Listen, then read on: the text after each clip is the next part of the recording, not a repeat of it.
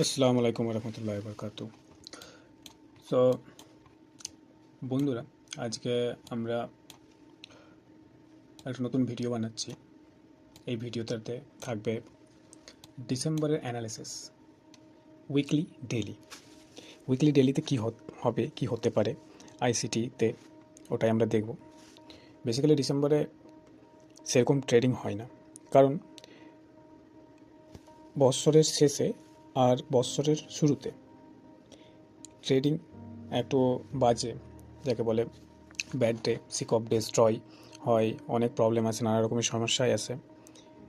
অনেকে বলে যে বড় বড় যারা ইনভেস্টর আছে, ট্রেডার আছে, ওরা বছরের শেষে ঘুরতে যায়, সারা বছরে টাকা ইনকাম করে তারপরে ঘুরতে যায়। আবার জানুয়ারিতেও জানুয়ারিতেও সবাই ভ্যাকেশান এটা সেটা করতেই থাকে।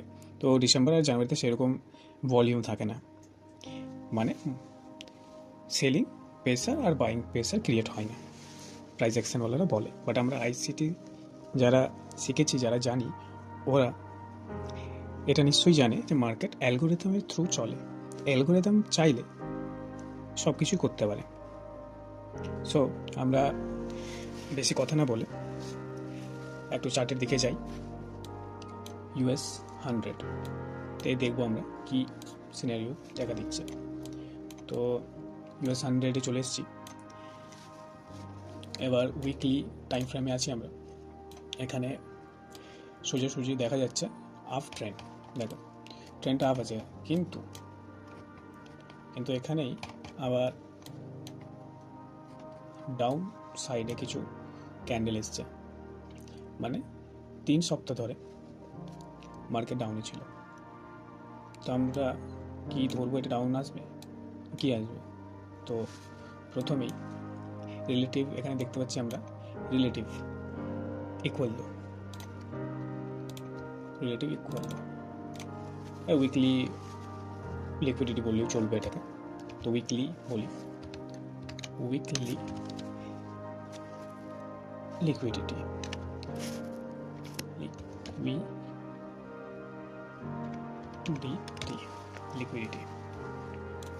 উইকলি লিকুইডিটি প্রাইস অ্যাকশন যারা করে, কাজ করে, ওরা সিম্পলি এটাকে সাপোর্ট বলবে, এটাকে সাপোর্ট, কিন্তু এটা সাপোর্ট নয়। আইসিটি যারা জানে, অবশ্যই আপনারা জানেন যে আইসিটি একটা এমন কনসেপ্ট আছে, সেটা শুধু প্রাইস অ্যাকশন না, প্রাইস অ্যাকশনের থেকে অনেক কিছু মানে প্রেডিক্ট করা যায়। যেরকম আইসিটি অনলি অ্যালগোরিদমের উপর বেসড আছে, এরম না যে প্রাইস অ্যাকশন প্রবাবিলিটি থিওরি এরম কিছু না, যে ইনভেস্টার কি বিগ প্লেয়ার বাই করছে, শর্ট করছে, এটা সেটা অমুক তমুক, এটা ওরা করে প্রাইস অ্যাকশনওয়ালারা সব প্রবাবিলিটির উপর খেলে। আর আমরা অ্যালগোরিদম, মার্কেট যে চলে অ্যালগোরিদম, যে সফটওয়্যারটা যে কমান্ড দিয়ে রেখেছে অ্যালগোরিদম, কীভাবে কাজ করবে, বিহেভিয়ার কী, ফুটপ্রিন্ট কী, তো আমরা আইসিটি অ্যান্ড এসএমসিতে আমরা এইসবই করি। তো মাইকেল স্যার অনেক কিছু বলেন এই আইসিটি নিয়ে, ওনারই এটা কোর্স। তো এখানে আমরা দেখতে পাচ্ছি একটা এফপিজি,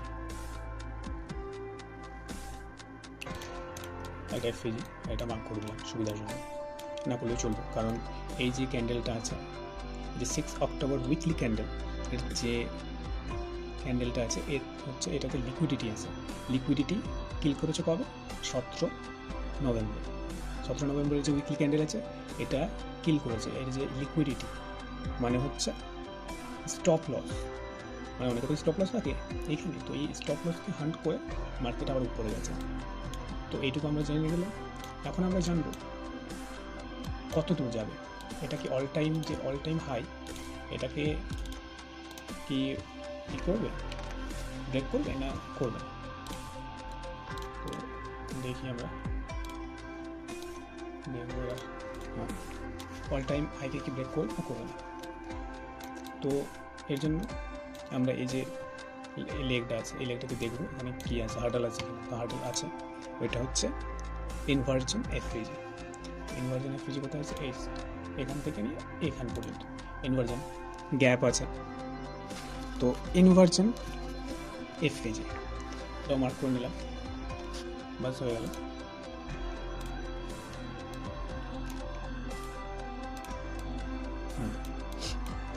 এখানে এসে আবার এখান থেকে কিল করে, এখানে লিকুইডিটি কিল করে, আর উপরে গেছে এখানে ক্লোজিং দিয়েছে, ভালো কথা, ক্লোজিং দিয়েছে, মানে এটা হার্ডেল, এর উপরে যেতে দেবে না, নিচে ফেলবে। তো এখানে হার্ডেল আছে একটা, তো এর উপরে ক্লোজ করেছে, ক্লোজ করার পর আবার নিচে এসে এখানে রেসপেক্ট দিয়েছে 50% যে এরিয়াটা, এখানে রেসপেক্ট দিয়েছে, রেসপেক্ট দিয়ে আবার উপরে ক্লোজিং দিয়েছে। দেওয়ার পর এখানে আবার ইন্টারেস্টিং একটা কথা আছে, মানে জিনিস আছে, জিনিসটা হচ্ছে এই যে এটা কি, এটা হচ্ছে আমাদের অর্ডার ব্লক, এটা কিন্তু অর্ডার ব্লক আমাদের। আমরা যদি দেখি একটু, এই যে এই যে এই যে এটা কি অর্ডার ব্লক একটা, তো এখান থেকে মার্কেট রেসপেক্ট দেখে নিচে গেছে, তো হার্ডেল আছে, এটাকে যদি ব্রেক করে দিই তাহলে এখানে করে ফেলতো। আর এখন আমরা US 500-তে যাই, এখানে কি আছে, এখানে কি দেখাচ্ছে, সেম, এখানেও দেখাচ্ছে সেম, এই যে লিকুইডিটি আছে এখানে, উইকলি লিকুইডিটি, এই তো প্রিভিয়াস উইকলি, সরি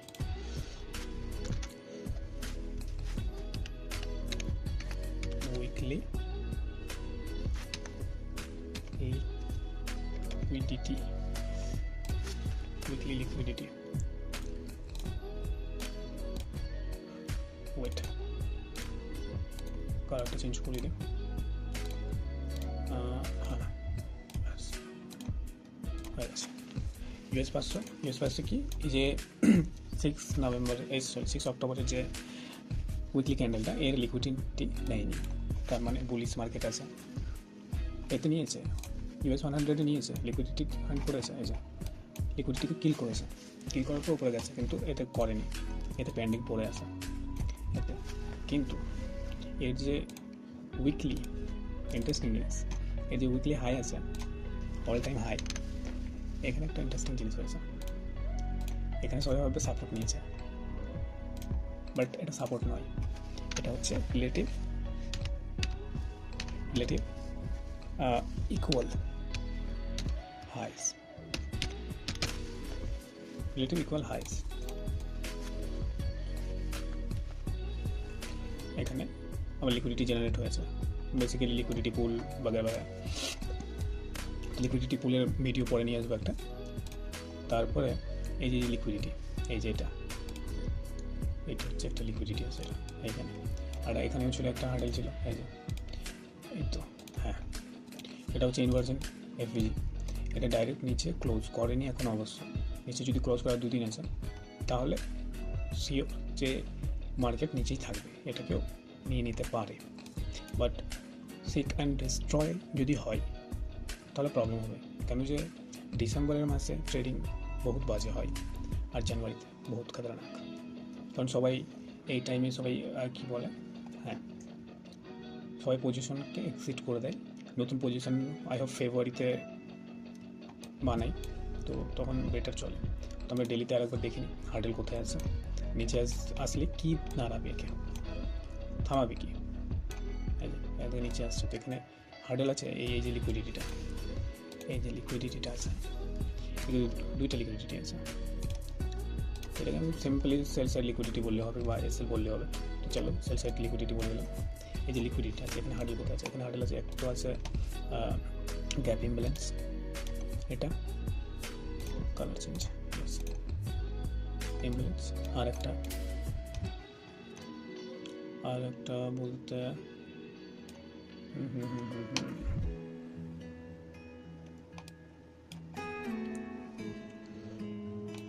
আরেকটা এখানে FVG আছে,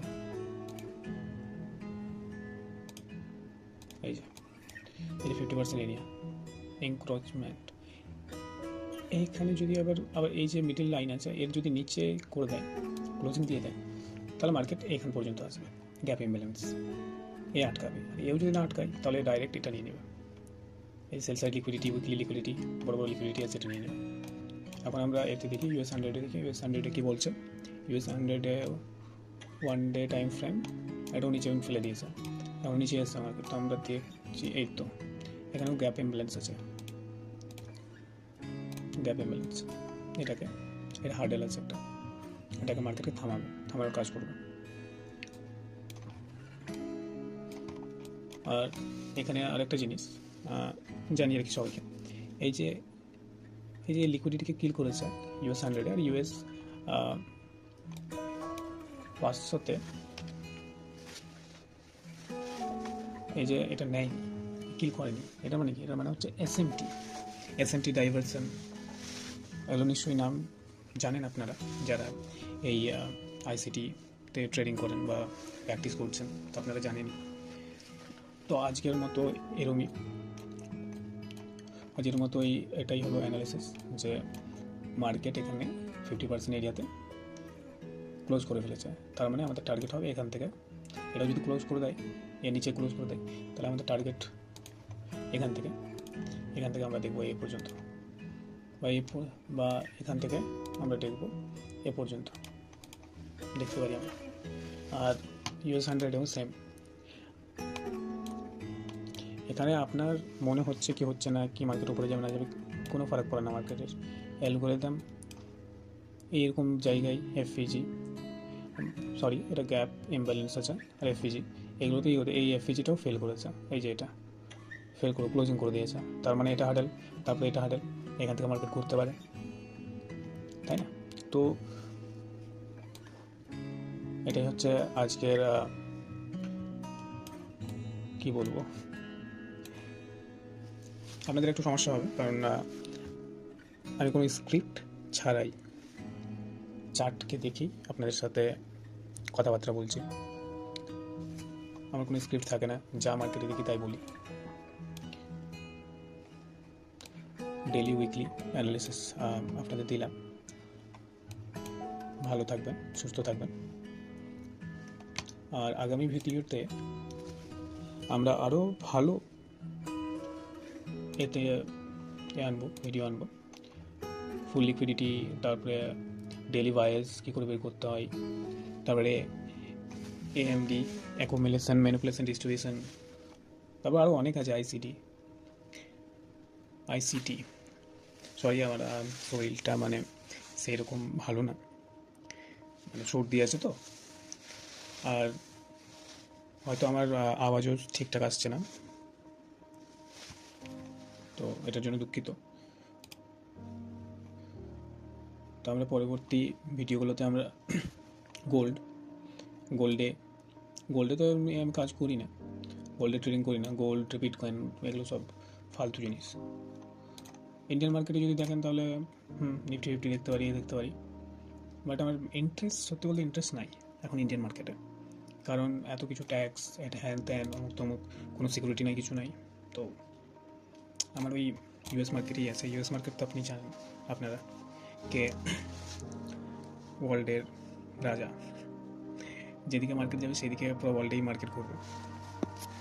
এখানে ম্যানিপুলেশনটা খুব কম হয়, ইন্ডিয়ান মার্কেটেও ম্যানিপুলেশন হয়ে যায়, এত কম হয়। আর হ্যাঁ, US 100টা আপনি এতে পাবেন না এক্সচেঞ্জ।